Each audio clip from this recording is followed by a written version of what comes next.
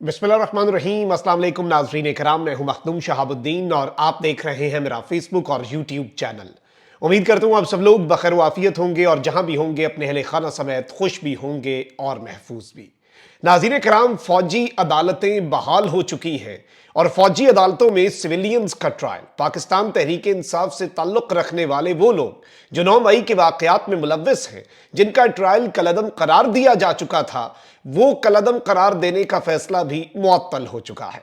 आज supreme court के जिस बेंच ने यह फैसला दिया है, बड़े अहम तरीन जुमलों का तबादला हुआ। जज साहब जो हैं जस्टिस सरदार तारिक मसूद, वो भी कुछ मामलात के ऊपर बरहम हुए और उन्होंने कहा कि नहीं होता मैं बेंच से अलग, कर लो जो करना है। इसके साथ ही साथ इस फैसले के मंदरजात और समात का अहवाल बड़ा अहम है और इसके बाद के जो आफ्टर शॉक्स हैं वो बड़े इंपॉर्टेंट होंगे, क्योंकि इस सब से, इस फैसले से इमरान खान साहब का मिलिट्री कोर्ट्स में जाना इस वक्त यूं लग रहा है कि उसकी राह हमवार हो चुकी है और इमरान खान का केस और इमरान खान के खिलाफ जो 9 मई के केसेस हैं, क्या उनका ट्रायल भी अब मिलिट्री कोर्ट्स में होगा, चूंकि सुप्रीम कोर्ट से क्लीन चिट मिल चुकी है। यह एक अहम तरीन डेवलपमेंट है। इसके साथ ही साथ साइफर केस में भी खान साहब के साथ अनहोनी हुई है। खान साहब और शाह महमूद कुरैशी के ऊपर फर्दे जुर्म की जो कार्रवाई है वो शुरू हो चुकी है, फर्दे जुर्म आयद हो चुकी है। अभी तक आपने इस वीडियो को लाइक नहीं किया तो लाइक जरूर कर ले और जिन लोगों ने चैनल को सब्सक्राइब नहीं किया उनसे यह दरखास्त होगी कि चैनल को सब्सक्राइब करके शुक्रिया का मौका भी दे दें।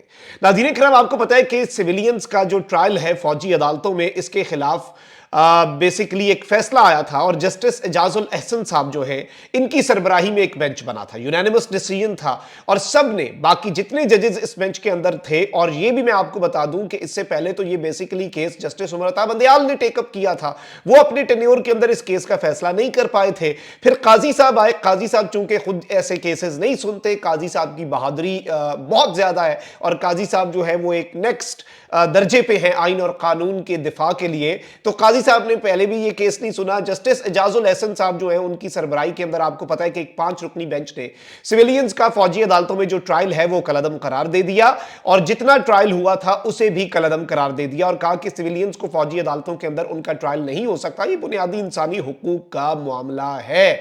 अच्छा, उसके बाद ये हुआ कि appeal I. Practice and procedure act के तहत बेसिकली आप सुप्रीम कोर्ट के फैसलों के खिलाफ अपील दे सकते हैं।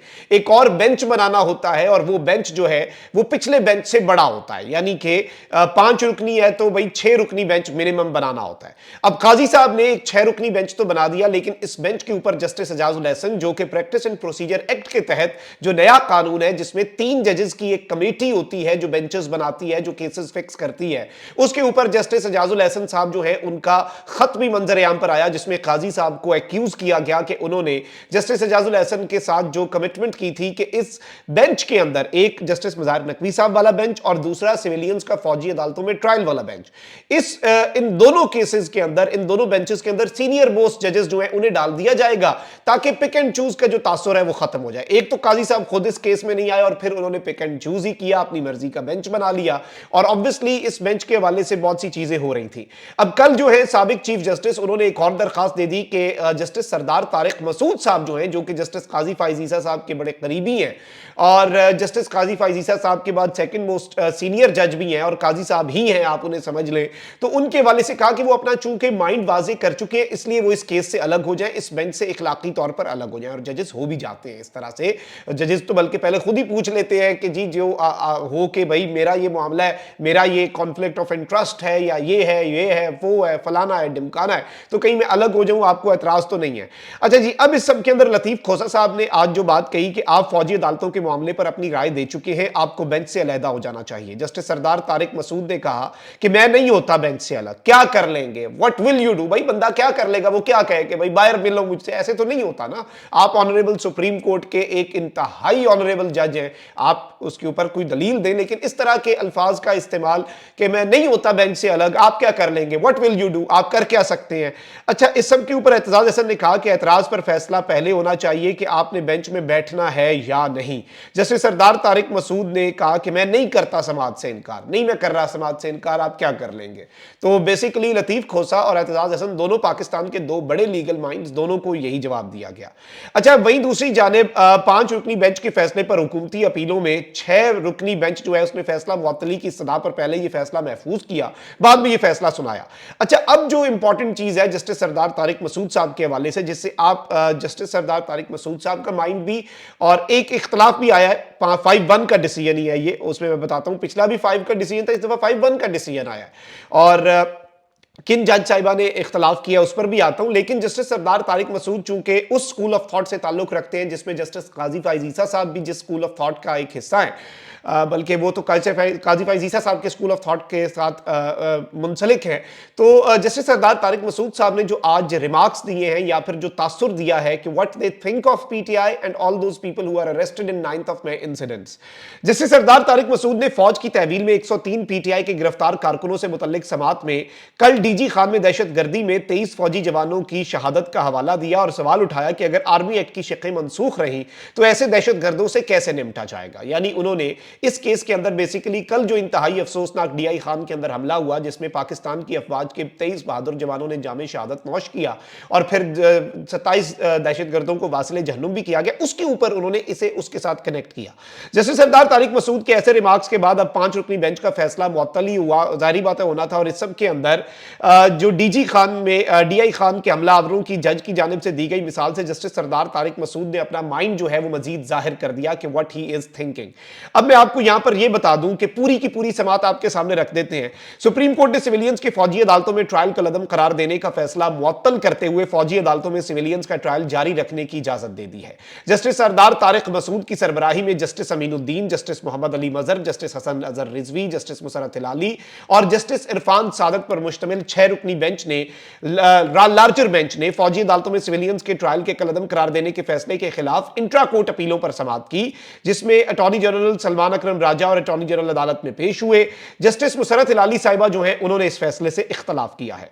सबसे पहले तो मैं जिस तरह से आपको बता चुका हूं कि आज जिस तरह की समाअत हुई और जिस तरह के मामलात हुए और इसमें यह भी हुआ कि अदालत ने पूछा कि क्या ट्रायल मुकम्मल हो गए थे। अटॉर्नी जनरल ने बताया कि कुछ मुल्जिमान पर फर्द जुर्म आयद हो गई थी, कुछ पर होना थी, बहुत से मुल्जिमान शायद बरी हो जाएं, जिन्हें सजा हुई वो भी 3 साल से ज्यादा नहीं होगी। इस पर अदालत ने सवाल किया कि आपको कैसे मालूम है कि 3 साल से कम होगी। अटॉर्नी जनरल ने बताया कि कम सजा में मुल्जिमान की हिरासत का दौरानिया भी सजा का हिस्सा होगा। बाद अदालत ने फरीकैन के दलाइल सुनने के बाद फौजी अदालतों में सिविलियंस के ट्रायल मुअत्तल करने के हुक्म पर इम्तना देने पर फैसला महफूज कर लिया, जो कुछ देर बाद सुनाया। और इस सब के अंदर इंट्रा कोर्ट अपीलों पर फैसले तक 102 गिरफ्तार अफराद के ट्रायल का हतमी फैसला नहीं किया जाएगा। और जस्टिस मुसरत हिलाली ने इस फैसले से इख्तलाफ किया। अदालत ने कहा कि इंट्रा कोर्ट अपीलों पर फैसला जब तक नहीं आता और 23 अक्टूबर का फैसला मुअत्तल करने की सदा करते हुए यह कहा गया था कि बहुत से हार्डकोर दहशतगर्द हैं जिनका ट्रायल जरूरी है, इसलिए बेसिकली यह फैसला जो है यह सुना दिया गया। अब इससे एक राह जो हमवार हुई है और बहुत से लोगों का यह मानना है कि इसके अंदर इमरान खान साहब जो हैं अब उनका भी सिविलियन है ना वो, तो सिविलियंस का मिलिट्री कोर्ट में जब ट्रायल होता है तो 9 मई के वाकयात के हवाले से आपको पता है कि इन्वेस्टिगेशन की जो हेड है लाहौर पुलिस की वो भी प्रेस कॉन्फ्रेंस कर चुकी हैं, मीडिया पर आ चुकी हैं। उससे बहुत पहले मैंने आपको खबर दे दी थी कि 2000 सफात या 3000 सफात का एक चालान है जिसमें ट्वीट्स हैं, जिसमें बयानात हैं, पैमरा से हासिल की गई ट्रांसक्रिप्ट है बयानात की। और 9 मई को एक सोची समझी साजिश और उसका मास्टरमाइंड साबिक वजीर आजम पाकिस्तान इमरान खान साहब को करार दिया गया है। अब देखें कि ये कैसे हो सकता है कि आप इल्जाम लगा रहे हो कि 9 मई एक बहुत बड़ा इंसिडेंट है और ये करने वालों का ट्रायल मिलिट्री कोर्ट्स में होगा, लेकिन उसके मास्टरमाइंड का ट्रायल सिविलियन कोर्ट्स में होगा। आपके मुताबिक तो मास्टरमाइंड जो है जो स्टेट की पॉलिसी है वो यही है और चालान जो जमा हुआ है उसके अंदर यह है कि इस सब के मास्टरमाइंड हैं former prime minister Imran Khan साहब। अब former prime minister Imran Khan साहब अगर इसके मास्टरमाइंड हैं तो सवाल यहां पर फिर से ये पैदा हो गया है कि क्या इमरान खान साहब का ट्रायल मिलिट्री कोर्ट के अंदर भी हो सकता है इन द फ्यूचर, क्या उस ऑप्शन को एक्सरसाइज किया जा सकता है। ये सारी चीजें आने वाले वक्तों के अंदर मजीद क्लियर हो जाएंगी, लेकिन फौजी अदालतें बहाल हो गई हैं और काजी साहब जो है वो जीत गए हैं और काजी साहब ने एक और बहुत बड़ा खड़ाक जो है वो कर दिया है। अच्छा, अब मैं आ जाता हूं खान साहब के साइफर केस की समाअत के वाले से, क्योंकि इस खान साहब पर फर्द जुर्म आयद हुई है और उसके बाद खान साहब ने जज से मुकालमा भी किया है। साइफर केस में साबिक वजीर आजम इमरान खान और साबिक वजीर खारजा शाह महमूद कुरैशी पर फर्द जुर्म आयद कर दी गई है। बानी पीटीआई और शाह महमूद कुरैशी पर फर्द जुर्म ऑफिशियल सीक्रेट एक्ट की खुसूसी अदालत के जज अबुल असनाद जुल्करनैन हमने सुनाई। इमरान खान और शाह महमूद कुरैशी ने सेहत जुर्म से इनकार कर दिया है। They have pleaded not guilty. उन्होंने कहा है कि वो गिल्टी नहीं है। एफआईए के स्पेशल प्रोसिक्यूटर्स शाह खावर और जुल्फिकार अब्बास नकवी अदालत में पेश हुए। बानी पीटीआई के वकील उस्मान गुल और शाह महमूद कुरैशी के वकील बैरिस्टर तैमूर मलिक अदालत में पेश हुए। मुलजिमान पर फर्द जुर्म आयद होने के बाद साइफर केस का बाकायदा ट्रायल अडियाला जेल में शुरू हो जाएगा। इससे पहले भी ये सारा प्रोसेस हम देख चुके हैं। ये फर्द जुर्म भी लगी, ट्रायल भी हुआ, फिर वो ट्रायल कलअदम हो गया, प्रोसेस फॉलो नहीं हुआ था जेल के अंदर ट्रायल का। अब जेल के अंदर ट्रायल का प्रोसेस जो है वो नाम निहाद तरीके से फॉलो हो चुका है। एक नाम निहाद ओपन ट्रायल भी है, जिसे ओपन ट्रायल के लिए कंप्लीटली जो क्वालिफाई नहीं करता। लेकिन चले, अब इमरान खान साहब और शाह महमूद कुरैशी साहब के ऊपर फर्द जुर्म आयद कर दी गई है। गुज़श्ता रोज बानी पीटीआई के वकील बैरिस्टर सलमान सफदर ने साइफर केस में ओपन ट्रायल ना होने का इल्जाम लगाते हुए कहा था कि सिलेक्टेड मीडिया को अंदर बुलाया गया, जिस पर खुसूसी अदालत के जज ने कहा कि वो इस मामले को देखेंगे। गुज़श्ता रोज अदालत में दरखास्तों पर बहस की गई, जिसके बाद अदालत ने फर्द जुर्म के लिए 23 दिसंबर यानी कि आज की तारीख मुकर्रर की थी।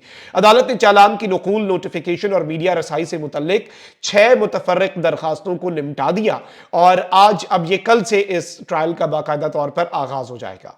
अच्छा, अब इस सब के अंदर फर्द जुर्म सुनते ही इमरान खान साहब ने जज से मुकालमा भी किया और ये मैं एक्सक्लूसिव खबर आपके सामने रख रहा हूं कि मैंने मुल्की और गैर मुल्की एस्टैब्लिशमेंट को बेनकाब करके जुल्म किया, मेरे जुर्म में यह भी शामिल करें। हमारी ही हुकूमत को गिराकर हमें ही मुल्जिम बना दिया गया। यह कैसे हो सकता है कि जिसकी हुकूमत गिरी हो वही मुल्जिम है। अच्छा, अदालत ने कहा कि आप ऐसा ना करें, गलत बात ना करें, यह अदालत है, आपका लहजा मुनासिब नहीं। इमरान खान के बार बार बोलने पर अदालत ने खामोश करवा दिया, लेकिन खान साहब जो है वो अपना मौकफ सामने रखते रहे, खान साहब बोलते रहे और खान साहब अपना नुक्ता जो है वो मुअज़्ज़ज़ अदालत के सामने रखते रहे कि मेरे जुर्मों में एक और जुर्म शामिल करें कि मैंने इंटरनेशनल एस्टैब्लिशमेंट को बेनकाब किया है। मेरा असल जुर्म वो है, वो फर्द जुर्म लगाएं मुझ पे। ये क्या इधर उधर की आप मुझ पे फर्द जुर्म लगा रहे हो। जज साहब ने कहा नहीं नहीं, आप ऐसे जज्बाती ना हो, ये अदालत है, ऐसी बातें ना करें, मेरी अदालत में ऐसी बातों की इजाजत नहीं होगी। तो ये काम डेवलपमेंट है, साइफर केस में होना वही है जो पहले से आपको पता है और ट्रायल भी उसी तर्ज पर चल रहा है जो पहले एक दफा होकर मुअत्तल हो चुका है। अब तो सिविलियंस का मिलिट्री कोर्ट में ट्रायल भी शुरू हो चुका है। देखते हैं कि ये ऊंट किस करवट बैठता है। बस दुआ ये है कि अल्लाह ताला से कि जो कुछ हो पाकिस्तान के हक में बेहतर हो। अपना बहुत ख्याल रखें। अल्लाह निगहबान। पाकिस्तान जिंदाबाद।